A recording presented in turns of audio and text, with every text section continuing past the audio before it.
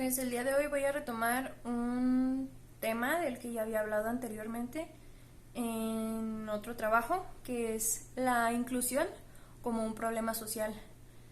Como contexto, la inclusión es la acción de incluir, y desde un enfoque social se refiere a la disposición colectiva de aceptar e incluir a la diversidad existente en la población.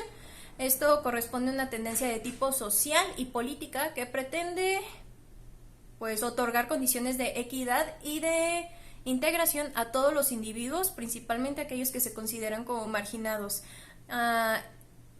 Esta integración abarca pues una gran cantidad de ámbitos como lo es el educativo, el laboral, el legal, el de salubridad, el cultural, etcétera.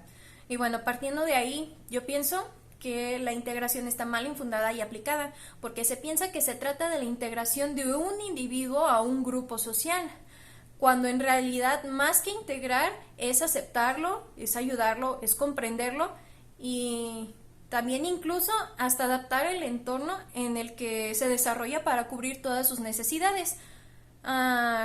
Concerniente a esto, México tiene un problema social, porque popularmente cuando se habla de este tema se tiene por entendido que hablamos de la comunidad LGBTQ+, o de las familias homoparentales, pero no se toman en cuenta, por ejemplo, a personas invidentes o con problemas de hipoacusia o sordera, o con problemas motores, por dar algunos ejemplos. Y bueno, al no cumplir su propósito como se pretende o como se espera desde lo social y desde lo políticamente correcto, llega un momento en el que este mismo movimiento excluye o segrega.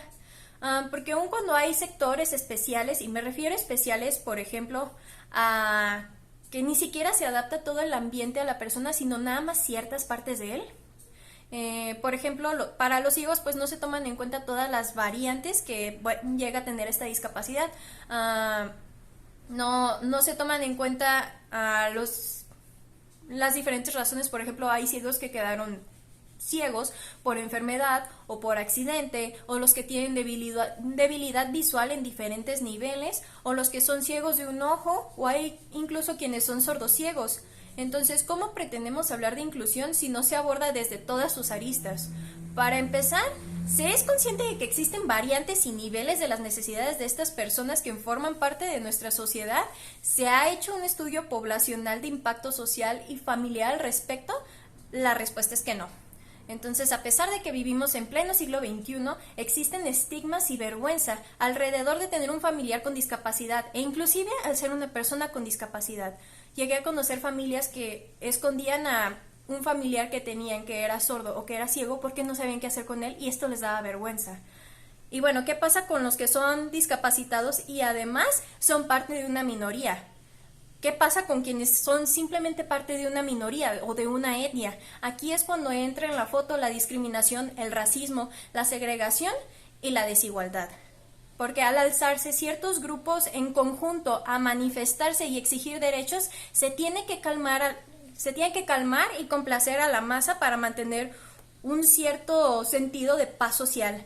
Y aquí es donde se crean los sectores de los que anteriormente hablo, en los cuales se permite entrar y ser parte de, en los cuales se les entiende y se les atiende en todo, y aún así se les trata diferente por cómo se ven o de dónde vienen.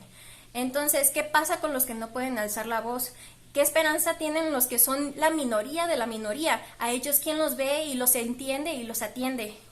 Yo pienso que para realizar un cambio social real se debe plantear desde la base de que todos los problemas se pueden resolver proyectándolos hacia un futuro. Quizás a mí no me toque verlo, ni a las siguientes 2 generaciones, pero esto es un cambio que se puede dar a largo plazo si se planea muy bien.